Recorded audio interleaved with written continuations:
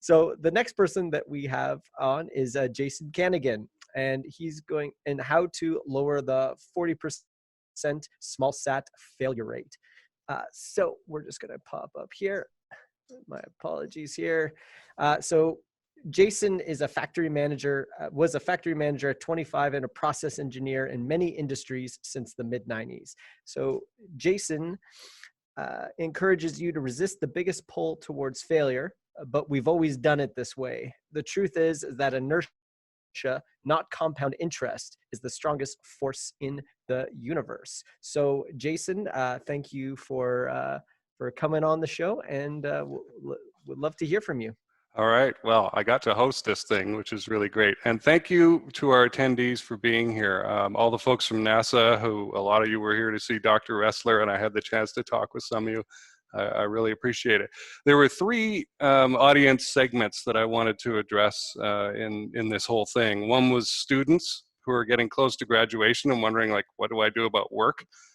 Didn't know it would be quite like this, but you know, the situation we find ourselves in today. Founders of space companies, who I want you to have real business information here, not just a sort of a technical candy sandwich, but some really heavy stuff, which I'm going to get into on a lower level than what Joseph Paris talked about.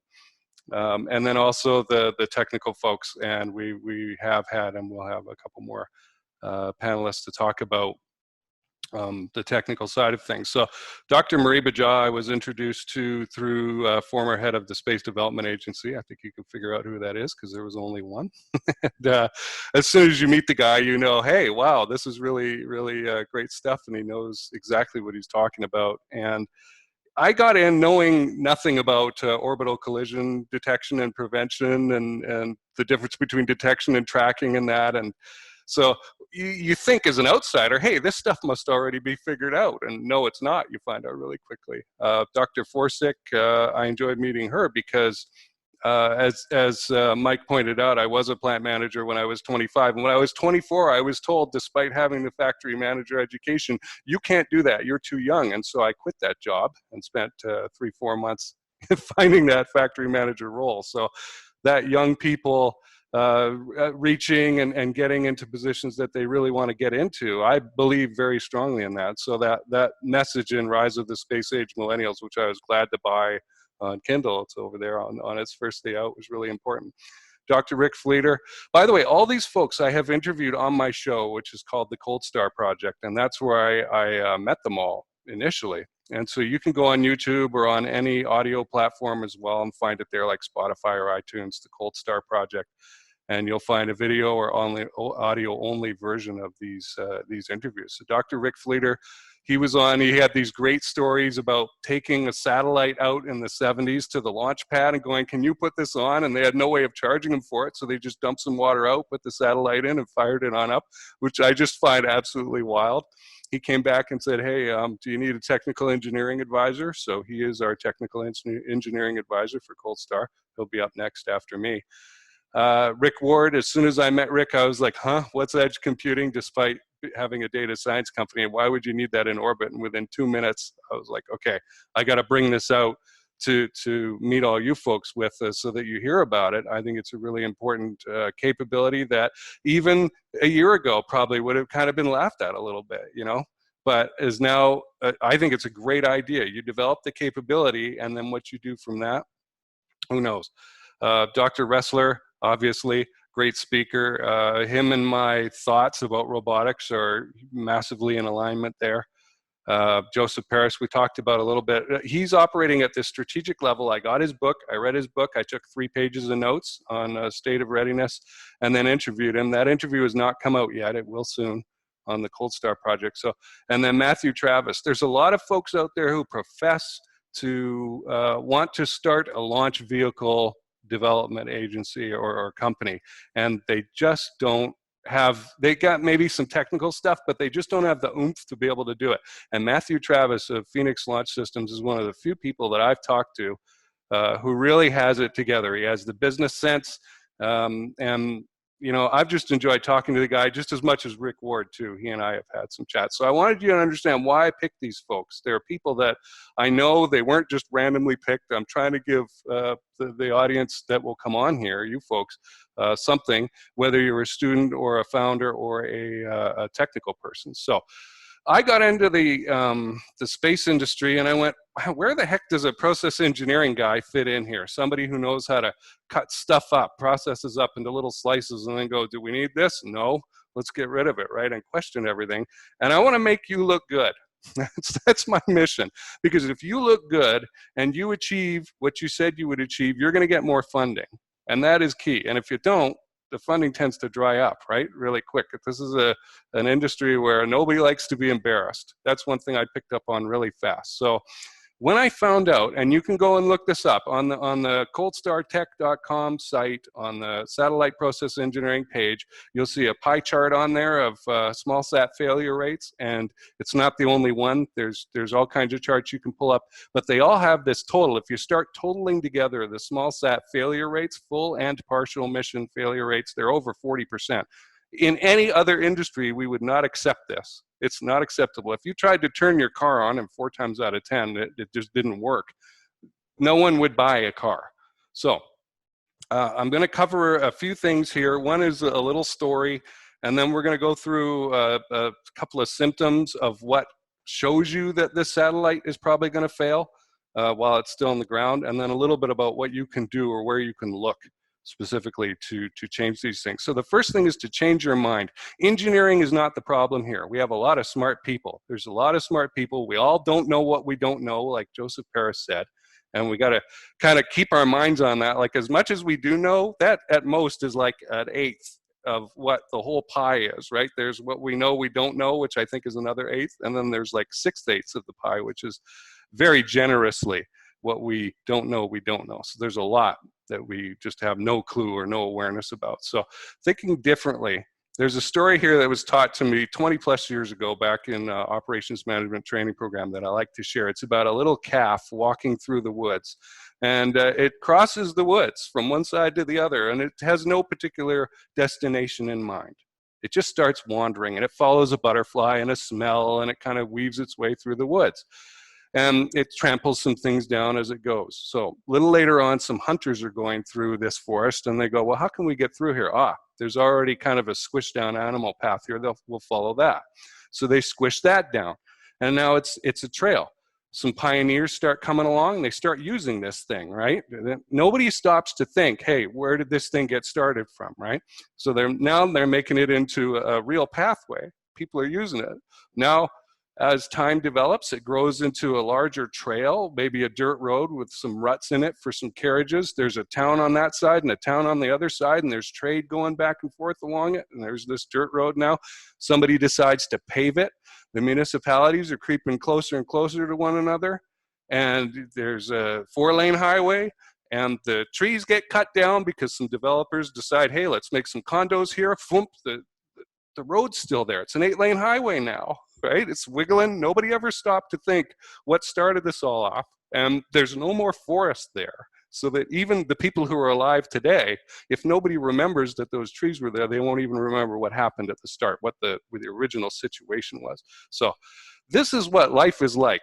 This is a process engineering company. We go into other companies and document what they do, and document is like infrastructure. It's one of those words that make people glaze over, you know, and that's too bad. So I call it something else. I call it like critical data collection or something, in the hopes that will grab them by the collar and get them closer and start looking at this stuff. So start thinking differently and not just accepting things the way that we were, the way that we've always done it. So key point here, if you don't document anything, if nothing is written down or recorded on video, somehow documented, your experienced people will eventually leave. We know just by attrition, right? They'll retire and gone. And we see this in academia, universities.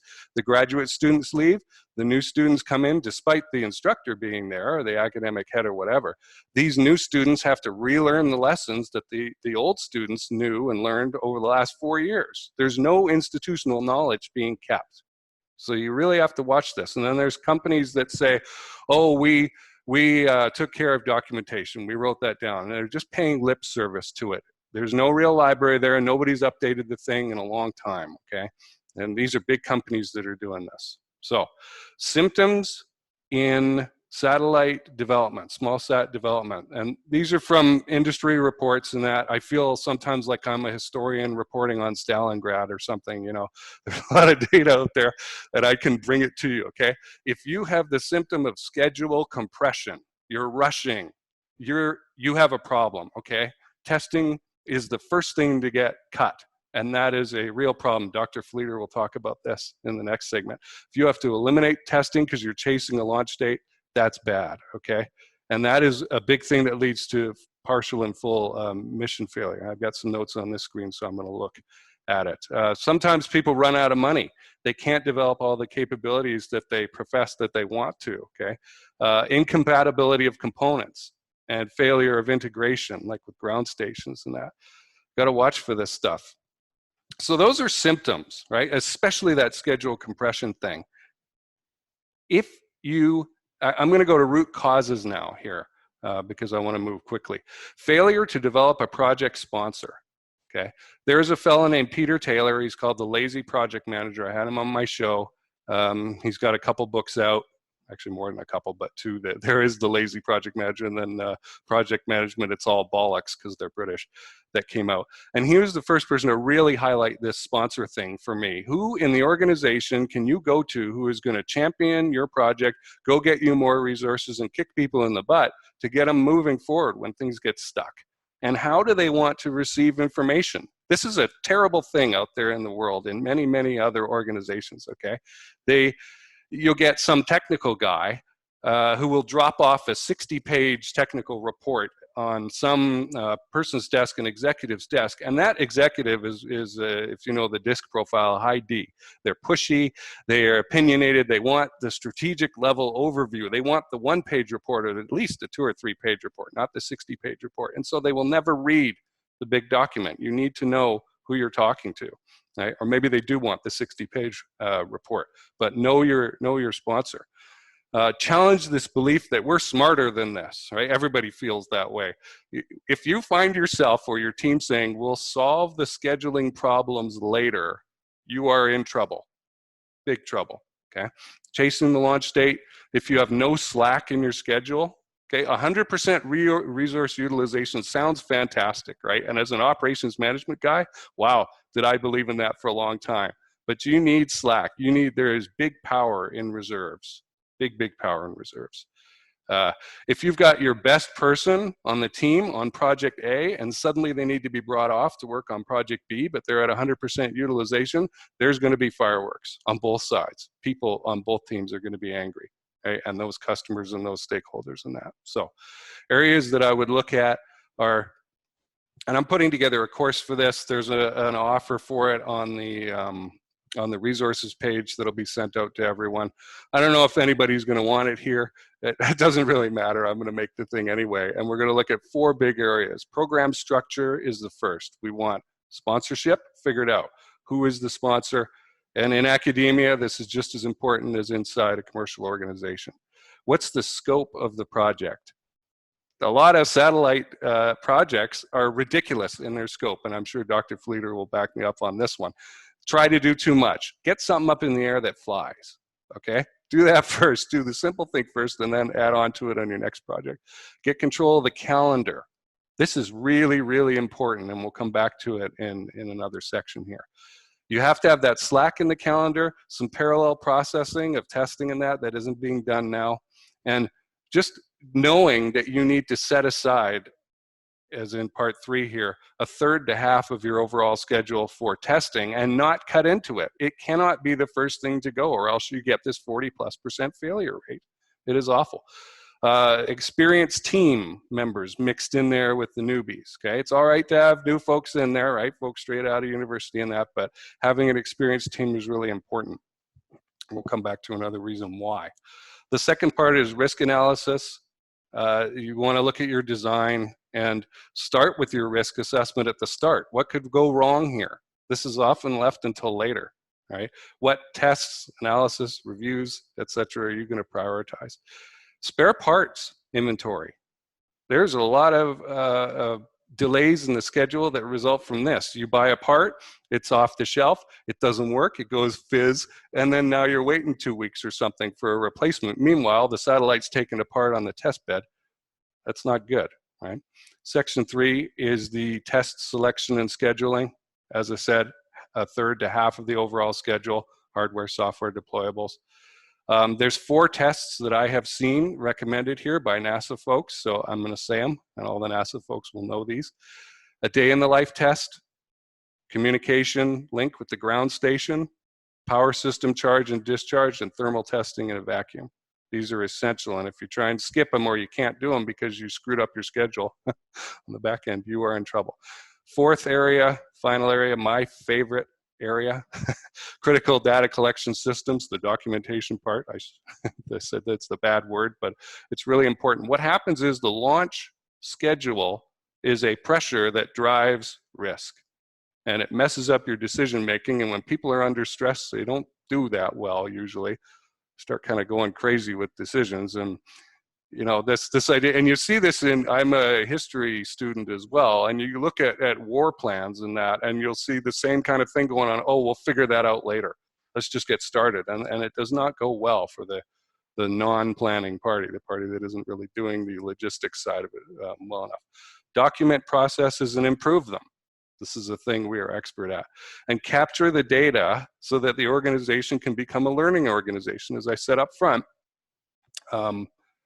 if your experienced people are the only people who know what's going on and they leave, you lose all that institutional knowledge. You have to start over from scratch, and that slows down your operational pace, which is terrible.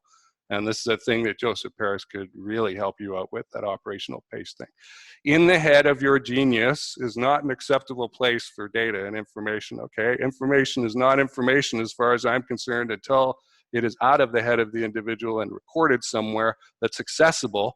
Like Joseph said, he could call up his dad and say, I want this file, it's in this exact spot. That's power, that's speed, that's effectiveness, okay?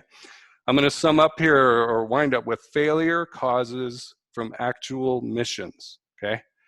So what things that, and this is from a NASA study again, what failure causes have we seen from actual missions? First of all, the payload to bus interface was a common source of problems. Big area. I've got a fellow on named John Paul Carnicer who I just recorded with for the Cold Star Project, and in about a zillion weeks, his episode will come out. It's a long gap because it's a popular show. And his thing is the payload to bus interface, and we talked about that. The communication system, radio antenna ground segment. This was a big area of failure as well. It often worked for a little while and then suddenly went silent. No one knows why. The power system, another big area. You've got solar cells, batteries, the power management board. It's a complex system. It all needs to be working together or else you have a mission failure. So these things often reset themselves. They had design flaws, they overheated, and they operated for a while and then failed. And then the deployables.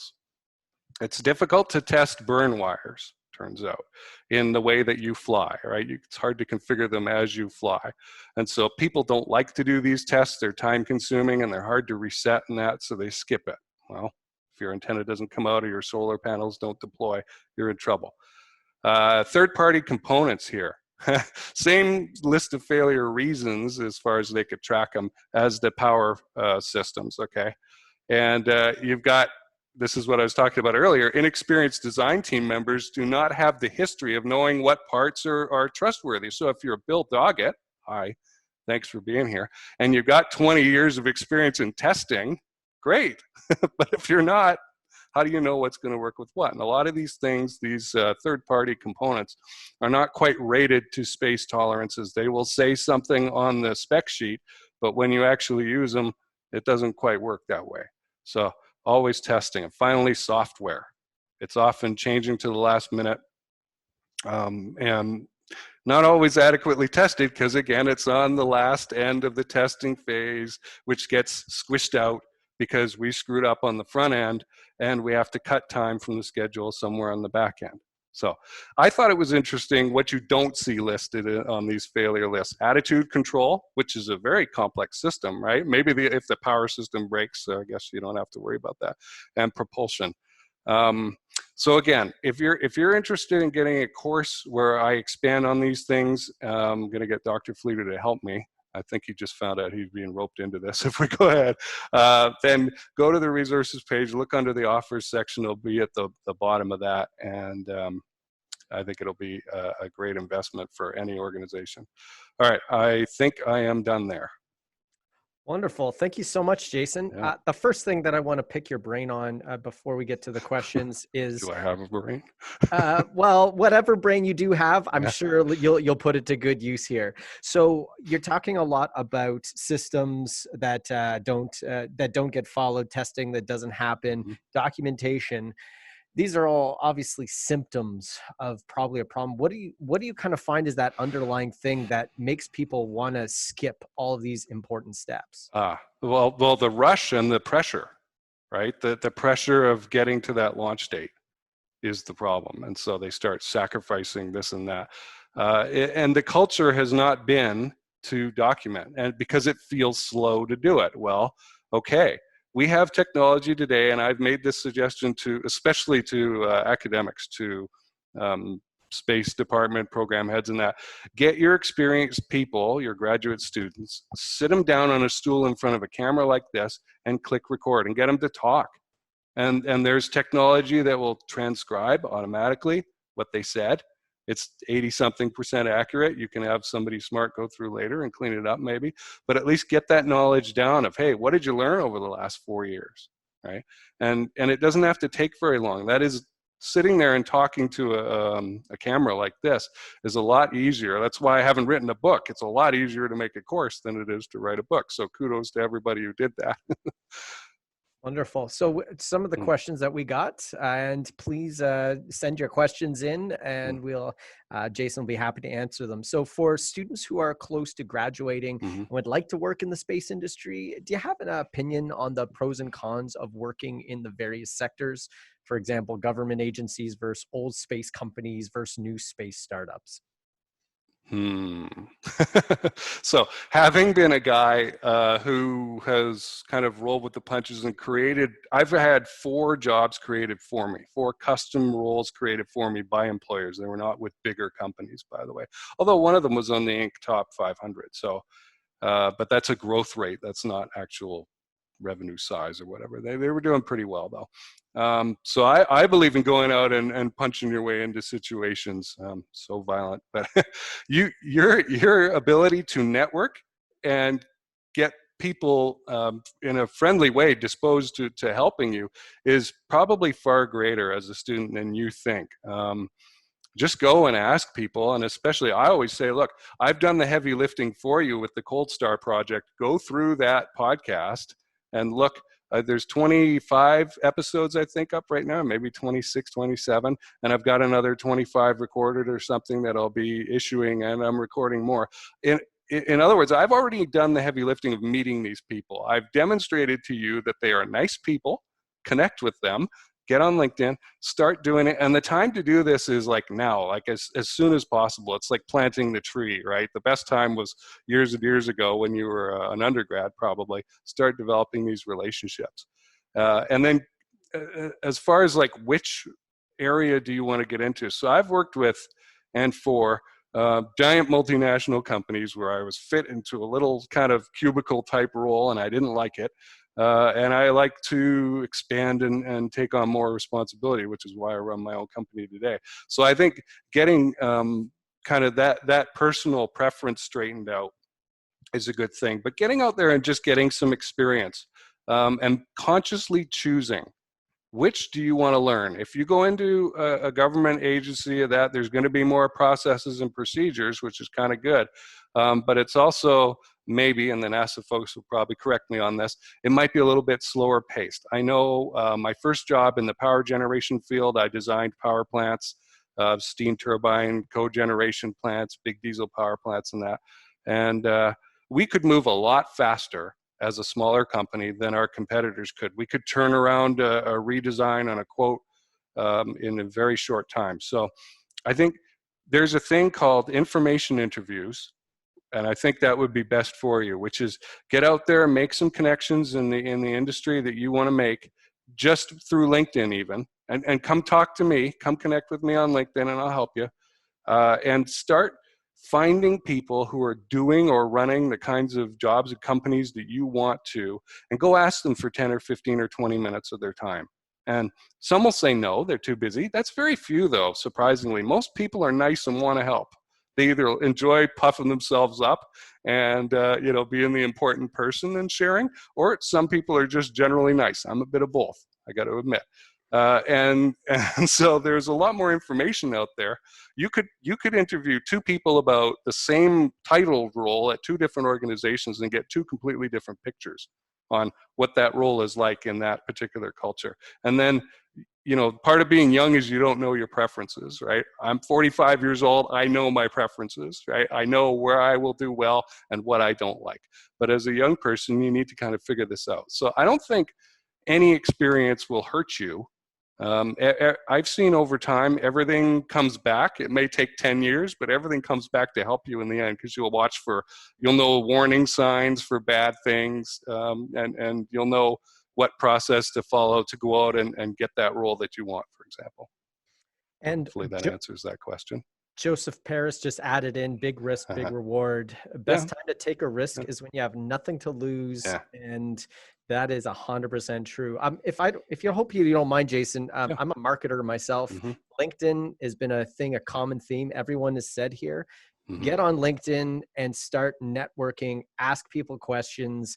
It's a great community, and it's a great way, and it's free. And I tell all my clients that's where you need to go. And in the job world, it's the same place, because people are people, and that's where people are right now. So yes, and the time to build, again from Joseph, the time to build your network is before you need it, and it takes time. Do you have something to say there, Joseph? Do you want to jump your mic on for a second? I hope you don't mind, Jason, if he jumps in there. Yeah, I want to say one thing, though, before I forget, which is Dr. Laura Forsick brought up a great point. She's helped out a lot in the background of this thing about making it a better event, because she attended a lot. And she said, oh, could we have more women because of diversity? And I absolutely agree. I've made a lot of connections with women and interviewed a number of them on the Cold Star Project. Space lawyers, we'll have a space lawyer on the next one or two, I promise. And academics in that program, heads of like Caltech, Cal Poly, these organizations and that. So if you're a woman and you're on this, there is definitely room and context that you can make, and they will be only too glad to help you out. I think we can get one last question in here. I think it's good, again, on the other side of the equation for graduates. Interested in pursuing space entrepreneurship, but who don't want to fall into the trap of overestimating their abilities or oversimplifying the process of starting a company. So what advice would you give to those soon-to-be graduates? I would listen to everyone here that you can. All right? Every speaker today has had something that will point you in the right direction. Okay, I'm more rough and tumble than a Joseph Paris, let's say. His idea of operation at the strategic level was eye-opening to me. I've never heard anyone say that before, right? Operational excellence at the strategic level. I would go get his book. Listen to Dr. Fleeter. I love having him around, because he ran Aero Astro. I think it had like 100 employees, more than I got. He knows what $1 million a month burn rate feels like. Okay, this stuff is real, gritty. Matthew Travis, I have him on, and last, because I want you to remember that's the speaker you're going to probably remember the most. Business, business, business, right? So stick around and listen to these guys. Did Joseph want to say anything? Yeah, I got just a couple of things. I'll make it really quick. First off, Jason, you're spot on everything you said. I mean, absolutely spot on. A couple of things that I would strongly recommend. LinkedIn, we talked about that. Don't underestimate it. But the time to build that network is before you need it. And it takes time and it takes effort. So if you think you're going to need a network a year from now, you're too late. Start building it immediately and be enthusiastic about it. Second thing is, and you didn't mention this, and I'm going to suggest it to the participants, I mentor a lot of professionals and I mentor a lot of students. I ask them to build or create a one-page capabilities statement. Okay, a resume and a CV talks about what you have done. A capability statement talks about what you can do. It's forward-looking. Okay, it's where you highlight your superpowers, as opposed to what you have done, which is archived. So it's good to have both of those things. And the last is about mentorship and asking people like us. I guarantee you, Jason and I have made every mistake in business a person could possibly make. And reaching out to us, have already been there, got the t-shirt, we will short circuit all of the things that you can possibly think of. And it really, if it's not us, somebody else that's been in business, somebody else, preferably somebody else that's failed, because they know what failure looks like. They could give you the telltale signs. So that's all I had to say. Awesome. Thank you very much, Joseph. That was a great add-on. So we're going to have to wrap this up because talking about Dr. Rick, we have him on. So thank you again, Jason.